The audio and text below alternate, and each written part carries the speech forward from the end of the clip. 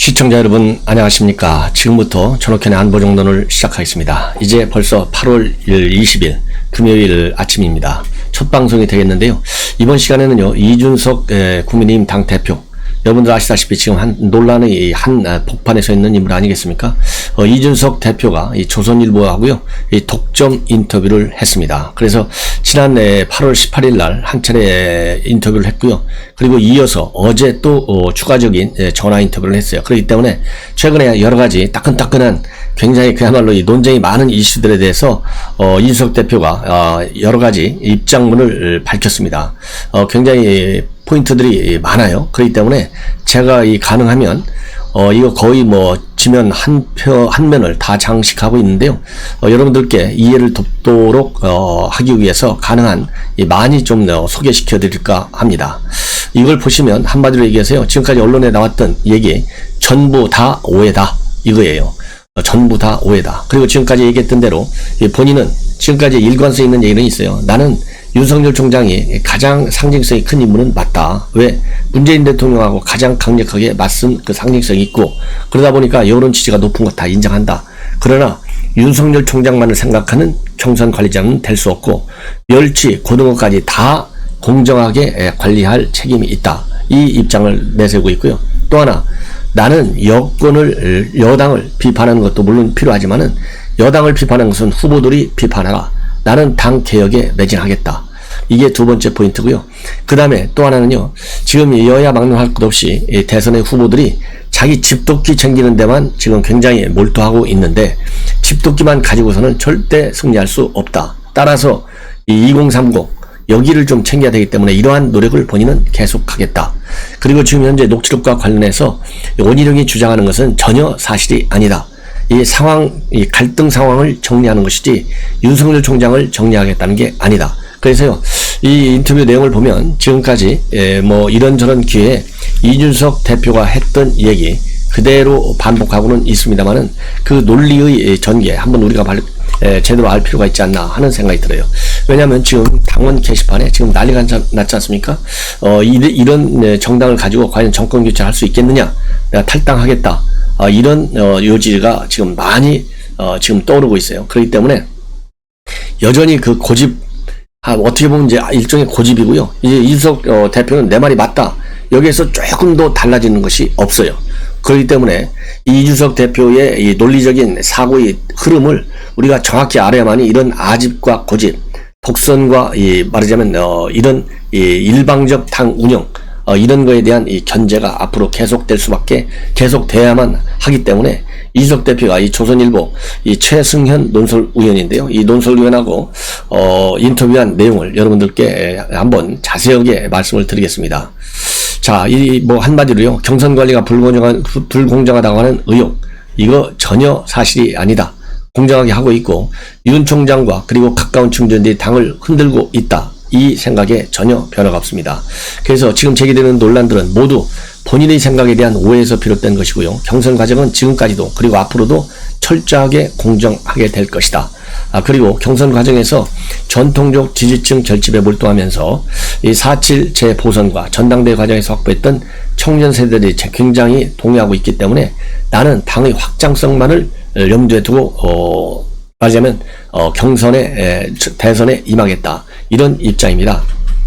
자, 우선 통화 녹취 이런 문제 곧 정리된다. 이거와 관련해서는요, 전체 녹취록은 이미 원지사 측에 다 보내주었다.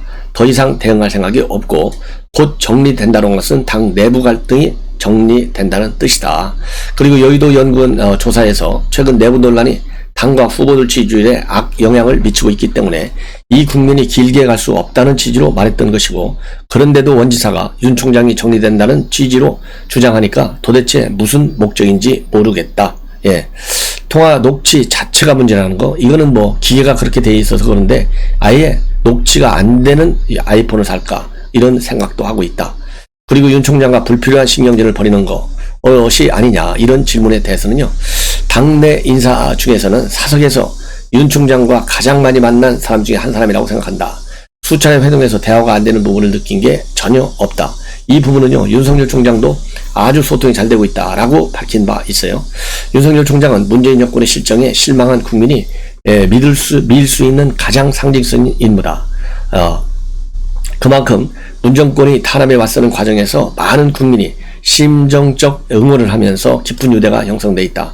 다만 앞으로는 얼마나 확장성 있는 리더십을 보여줄 수 있느냐가 관건이 될 것이다. 전통적 지지층뿐만 아니라 젊은 세대, 중도층을 흡수하기 위해서는 광풍의 스펙트럼을 보여줬으면 한다. 젠더 이슈 등 공정도 여러 갈래가 있기 때문에 세밀한 접근이 필요하다. 그리고 윤 총장 측에서 이 대표의 공정성의 의혹을 제기하는데 입당 날짜, 윤 총장과의 통화 녹취록 등이 우리 측에서 유출됐다고 의심하면서 그런 말이 나오는 것 같다. 유출 의혹 전혀 사실이 아니다. 당대표가 이런 내용을 언론에 흘려서 이득 볼 게 뭐가 있냐? 특히 윤 총장 같은 유력 대선 후보의 전격 입당은 철저하게 보안을 유지해서 언론에 깜짝 공개를 해야 극적인 효과가 가지는 것 아니냐.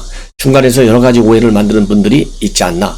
그러니까 전부 중간에서 이 말을 일부러 만들어낸다. 하여튼 시종일관 지금까지 언론에 밝혔던 입장 하나도 달라지지 않고 있어요. 그러니까 이 갈등 상황과 관련해서 이준석 대표는요, 자기는 일체 책임이 없다. 이런 거를 이 대목에서도 우리가 알 수 있어요. 그 다음에 정진석 의원이 돌고래 멸치 이런 거에 발언에 대해서 하이에나로 응수한 거, 이게 논란을 많이 일으킨 것 아니냐. 이런 이 질문에 대해서는요, 내 나이가 젊기 때문에 그런 부분에서 무례하고 오만해 보였다면 죄송하게 생각한다. 그러나 정 의원의 돌고래 멸치 발언은 다른 후보들과의 공정성이라는 시각에서 보면 당 입장에서는 절대 받아들일 수 없는 것이다. 지적하지 않을 수 없었다. 이 과정에서 윤 총장 측 일부 인사들은 돌고래 굶겨서 멸치 사이즈로 만들겠다는 거냐, 이런 오해를 한 게 아닌가 싶다.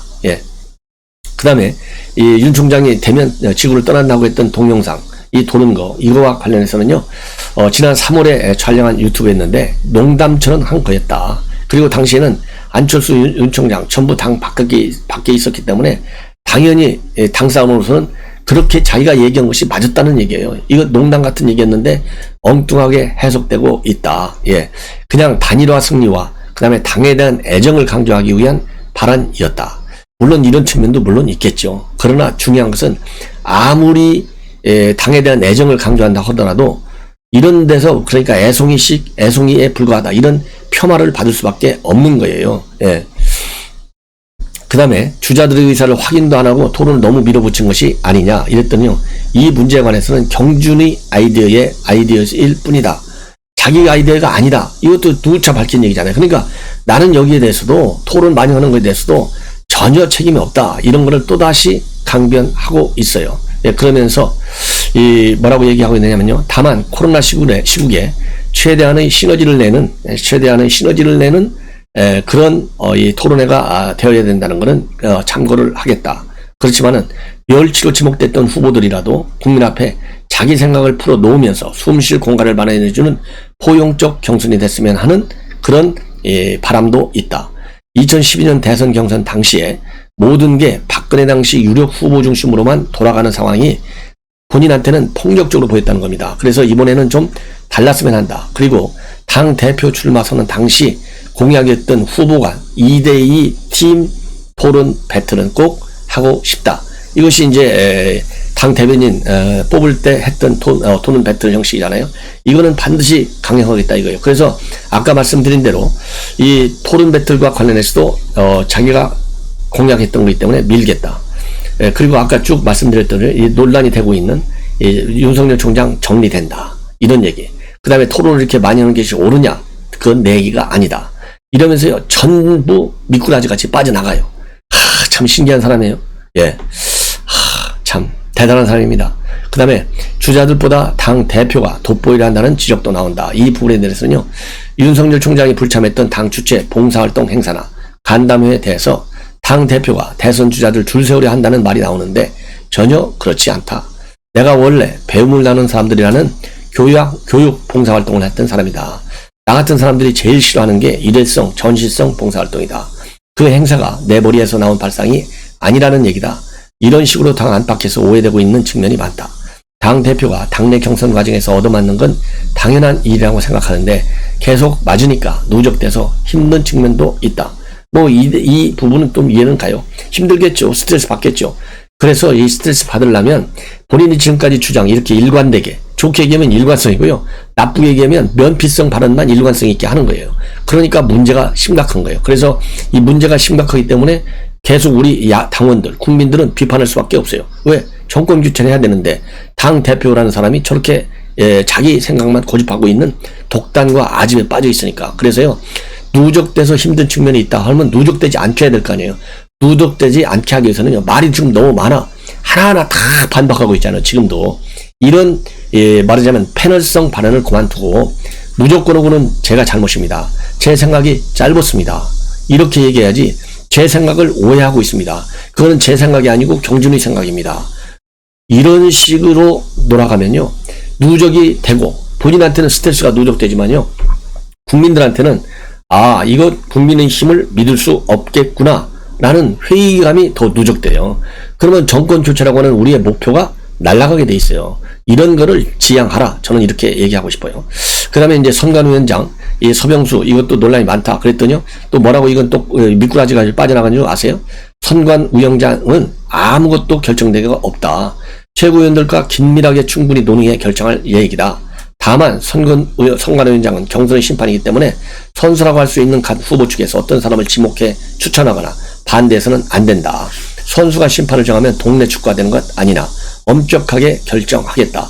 그 엄격하게 결정하는 건 좋은데 본인이 내가 인사권을 가지고 있는데 어느 누가 선관위원장 결정에 대해서 시비하냐, 경고한다 이렇게 얘기했잖아요.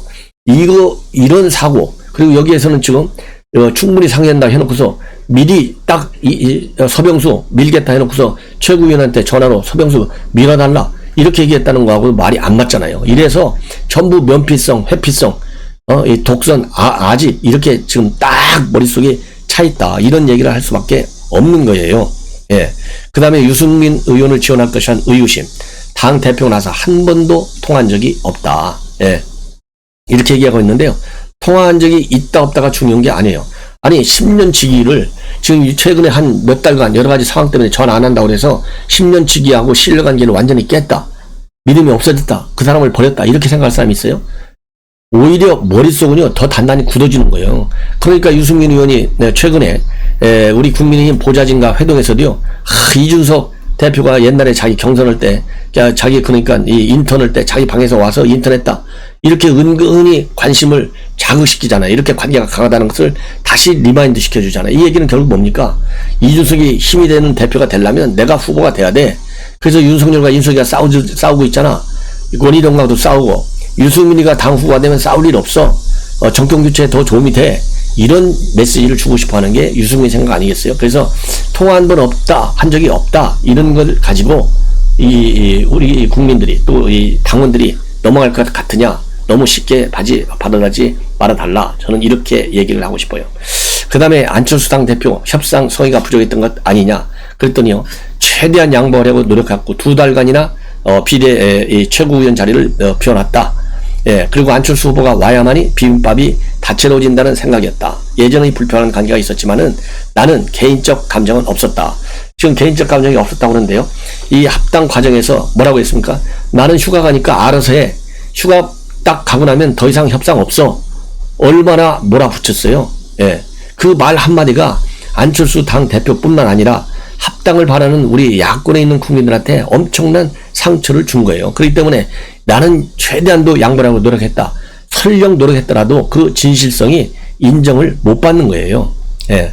그 다음에 이 문정권 비판하는 소리가 없다. 이렇게 얘기하니까 정권 비판은 내가 누구보다 잘할 자신이 있다. 중요할 때는 하고 있다. 하지만 지금은 당 대표보다는 대선 후보들이 비판을 해야 된다. 나는 중도층 지지를 가져올 수 있는 정당 개혁 과제에 집중하겠다. 그리고 정당 개혁이 뭐냐? 그러니까요, 정당 개혁은 유권자에게 줄을 잘 서는 사람들에게, 유력자에게 줄을 잘 서는 사람에게 기회가 주어진다고 인식되는 폐쇄적 당 문화를 개방적으로 바꾸는 데 있다. 대선을 거쳐서 지방선거 공천까지 이어가려고 한다. 내부의 반발이 거세지긴 하겠지만은 선출직 공직 후보자 자격시험은 반드시 관철시키고 싶다. 자, 여기서도 얼마나 독선과 아집과 고집이 대단합니까? 예. 지금 대선 치르면 5% 차이로 진다는 말이 논란을 많이 불러일으켰다. 이 대목에 대해서는요, 2030 세대와 60대 이상의 표심을 동시에 가져오기 위한 큰 운동장이 필요한데 아직 확보하지 못했다. 경선 과정에서 어느 당이든 후보들은 전통적 지지층에 먼저 다가설 수밖에 없는데 본선 승리를 위해서는 확장성도 신경 써야 한다. 아이들 놀이에서도 오른쪽으로 계속 돌다가 갑자기 왼쪽으로 가라고 하면 비틀비틀 하다가 쓰러지지 않냐. 최소한 선거 과정에서는 박근혜 전 대통령은 왼쪽, 문재인 대통령은 오른쪽으로 이동하면서 승리했다. 당 대표로서 나도 오른쪽에 앵커를 단단히 박아놓되 최대한 왼쪽 공간을 확보하기 위해 노력하겠다. 그러니까 이것도 말이죠. 이 잘못됐다. 이런 얘기는 또 하나도 없어요. 그래서 이준석 대표의 이런 조선일보 인터뷰 내용을 제가 왜 굉장히 자세하게 말씀을 드리냐면 독선과 아집에서 아직도 빠져나오지 못하고 있다. 이런 마인드와 이런 사고의 틀이 계속되는 한 지금 일시적인 봉합 또는 이 잠정적인 소강 상태에 있는 이 야권 내부에서의 경선 과정에서의 어떤 갈등 요인은 아직 여전히 앞으로도 계속 언제 정말 불타오를지 모르는 우려가 생긴다라는 말씀을 저는 결론적으로 드리고 싶습니다. 자, 이제는요. 이것도 이제 조선일보 이 박성민의 정치 포커스예요. 이 박성민 씨는 정치 컨설턴트로 아주 요즘 열심히 뛰고 있는 분인데 지금 정권 교체 가능하겠느냐? 아니다. 상당히 위험스러운 신은 빨간 신호 3가지가 들어와 있다. 이렇게 분석을 하고 있습니다. 빨간 신호는요. 이분 얘기는요. 지금 통상적으로 여론조사를 볼 적에 뭘 많이 보느냐면 가상대결할 때 누가 이기느냐, 그 다음에 정당 지지율은 어디가 높으냐, 이런 거를 지금 많이 참고한다는 거예요. 근데 본인은 이런 것을 그렇게 정권 교체와 관련해서 참고하지 않는다. 이렇게 지금 보고 있어요. 정당 지지율 가상대결, 저도 이런 거를 많이 여러분들께 참고로 말씀을 드리는데 이 사람이 얘기하는 것은 3가지 데이터가 제일 중요하다는 거예요. 대통령의 직무수행 평가, 그 다음에 정권 교체에 동의하느냐 안 하느냐, 그 다음에 야당이 대안이냐 아니냐, 이 3가지 질문에 대해서요.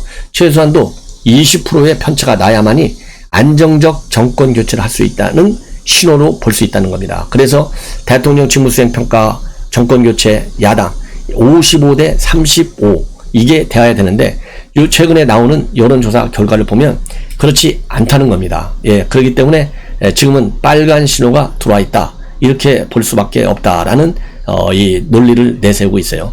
그래서 이 참고적으로 여러분들 저도 항상 말씀을 드리는데 이 대통령 직무수행 평가의 경우에는요. 최근 갤럽 조사를 들고 있어요. 지난주 거를 보면 긍정 36, 부정 53이에요. 그래서 17% 저희가 나요. 그런데 지난 4.7 보궐선거 직후에는 긍정평가가 29까지 떨어졌고 부정평가가 62까지 올라갔어요. 그러니까 거의 33%까지 벌어졌잖아요. 이러니까 이제 정권 교체가 될 수 있다. 이렇게 생각할 수 있는데 8월 첫째 주 긍정평가는 41 그리고 부정평가는 51 10으로 더 줄어들고 있다는 거예요. 이걸 보면 빨간 신호등이라고 볼 수밖에 없지 않느냐. 이런 지금 신호로 해석을 하고 있습니다. 자, 그 다음에는요. 그래서 이렇게 될 경우에는 쉽게 얘기해서요. 지난 2002년도 대선이 재현될 수밖에 없다는 겁니다. 2002년도 대선이 뭡니까? 노무현 대통령이 될 때잖아요. 왜냐하면 그 당시 김대중 대통령이 긍정 26, 부정 53 그리고 당시에 6월 지방선거에도 참패했다는 거예요. 그래서 노무현 대통령의 후보의 지지율이 곤두박질했대요. 그래서 이건 정권 교체는 반드시 이루어지는구나 생각을 했었는데 최종 승자는 노무현이 떨어져야 되는데 이회창이 돼야 되는데 노무현이가 됐어요. 노무현 대통령이. 왜 그랬느냐? 당시 연령이 50대인 노무현은 야당이자 또 도전자처럼 싸웠다는 거예요. 그리고 60대였던 이회창은요. 여당처럼 싸웠다는 거예요. 그러니까 노무현이가 사실은 정권 교체적으로 정권 교체 인사로 보여지는 거예요. 그리고 이회창 대표가 오히려 기득권으로 비춰지는 거예요. 그래서 졌다. 이런 지금 말하자면 사례를 들고 있어요. 그래서 지금 민주당이 50대 이재명을 후보로 내세우고 국민의힘이 윤석열, 홍준표, 유승민, 최재형 이 4명의 60대로 최종 경선을 치른다면 누가 변화를 선점하겠느냐.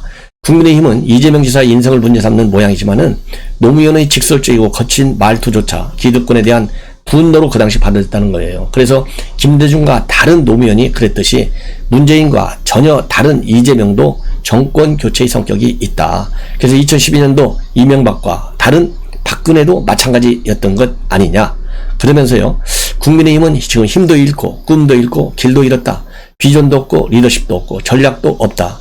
무엇보다 새로움이 없다. 변화도 혁신도 새 인물도 없다. 권력만 있고 자존심은 없다.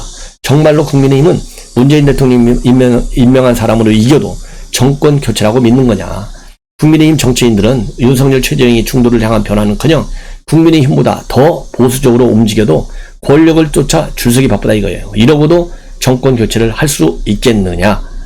이렇게 회의적 시각을 내보이고 있어요. 그러면서 이 버락 오바마 회고록 약속의 땅에서 뭐라고 그럴까요? 미셸 오바마가 버락한테 오바마한테 질문한 내용과 그 다음에 답변 내용을 인용하고 있어요.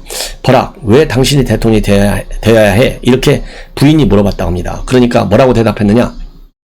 제가 확실히 아는 게 한 가지 있어요. 제가 오른손을 들고 미국 대통령 취임 선언을 하는 날 세계가 미국을 다르게 보기 시작하리라는 걸 알아요. 이 나라 전역의 아이들, 흑인 아이들, 히스패닉 아이들, 그 어디에도 속하지 못한 아이들, 그 아이들도 자신을 다르게 보리라는 걸, 지평이 넓어지고 가능성이 확장되리라는 걸 알아요. 그것만으로도 가치가 있을 거예요. 이 대목을 인용하고 있어요. 이 대목은 결국 뭡니까? 우리가 지금 이 박세민 이 컨설턴트 얘기하는 거랑 똑같잖아요. 빨간 신호등 3개가 들어왔는데도 왜 외연을 확장하려는 노력을 안 하느냐. 이걸 지금 비판하는 거예요. 그러면서 국민의힘이 간절히 정권 교체를 원한다면 오바마처럼 가슴 설레게 하는 담대한 희망을 얘기하는 후보를 찾아야 할 것이다. 그럴 수 있을까? 그러니까 단순한 반문을 떠나서 미래 비전에 있어서 대단한 담대한 변화를 불러올 수 있는 그런 기득권 세력과의 단절을 강력히 추구하지 않으면 어려울 것이다 라는 그런 불길한 예측을 이 박선민 컨설턴트가 하고 있어요. 그리고 아까 이제 문재인 대통령 긍정 부정 평가했는데 참고적으로 그러면 정권 교체에 대해서는 어떤 의견이냐? 갤럽의 경우에는요, 지난 4월 15일 날은 55%, 그리고 정권 유지는 34%, 그래서 21%가 차이가 났잖아요. 그런데 8월 초에는 47대 39로 줄어들었어요. 그러니까 이건 뭐 8% 정도밖에 차이가 안 나잖아요. 그리고 8월 15일 날 발표한 SBS 네트워크, SBS 넥스트 리서치, 이걸 보면 정권 교체가 55.4, 정권 재창출이 38.2, 그래서 17% 정도밖에 차이가 안 나요. 그렇기 때문에 여전히 이것도 20%에 지금 올라가지 못하고 있다. 그리고 아까 말씀드린 대로 이제 대통령의 지지율 굉장히 지금 40%로 확고하게 유지하고 있지 않습니까? 이런 것들을 보면 상당히 어렵다라는 불길한 예측을 하고 있습니다. 이런 점들을 국민의힘 그리고 야권에 있는 우리 국민 모두 제 방송하시는 시청자 여러분들께서 꼭 참고해 주십사 말씀을 드립니다. 그리고 그 말 맡은 황교익이가요, 드디어 경기공사 사장 내정된 거 철회를 했습니다. 사퇴를 했습니다. 그런데요, 참 대단한 것이 자기가 사퇴하는 이유는 중앙 정치인들이 시비해서 그렇다는 거예요. 자기는 충분한 전문성도 다 가지고 있었는데 중앙 정치인들이 떠들어가지고 소란 피우는 바람에 중앙 정치인을 소란 탓으로 돌리고 사표를 냈다는 이 황교익이 참 대단한 사람이다. 이런 말씀을 드리고 싶고요. 지금 현재 25일 비전 발표에도 이 압박 토론 이런 것들이 지금 있잖아요. 그래서 윤석열 총장 측에서 과연 여기에 참여할 것이냐, 비교적 이 부정적 시각이 지금 많이 산견된다라는 보도가 나오고 있고요. 그러다 보니까 이제 서병수 선관위원장 안 하겠다, 할 수 없다, 밀 수 없다, 이렇게 딱 정리가 됐잖아요. 거론되는 사람들을 보면 황의여, 김황식, 정홍국, 정홍원, 그 다음에 정병국 의원, 강창희 의장, 그 다음에 김종인 비대위원장, 이런 사람들이 지금 거론이 되고 있다는 말씀을 드립니다. 시청자 여러분들께서 제 방송 많은 시청을 해주셔서 고맙다는 말씀을 드리고요.